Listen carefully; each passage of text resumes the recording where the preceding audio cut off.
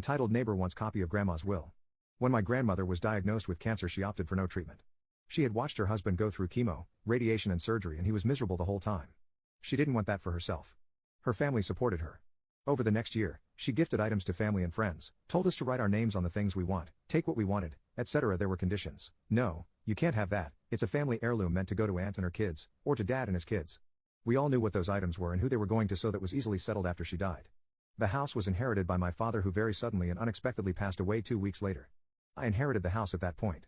The next door neighbor, we'll call him Todd, came over several times, upset that he and his kids, 21, 19, weren't invited to Grandma's funeral. There wasn't one, we were all too busy reeling from my father's death, weren't presented with a copy of the will, it only included family members, and he knew Grandma loved his kids like her own. She didn't. She complained about them coming over all the time, stealing her water to fill their pool, and she had to tell them to stop calling her Grandma.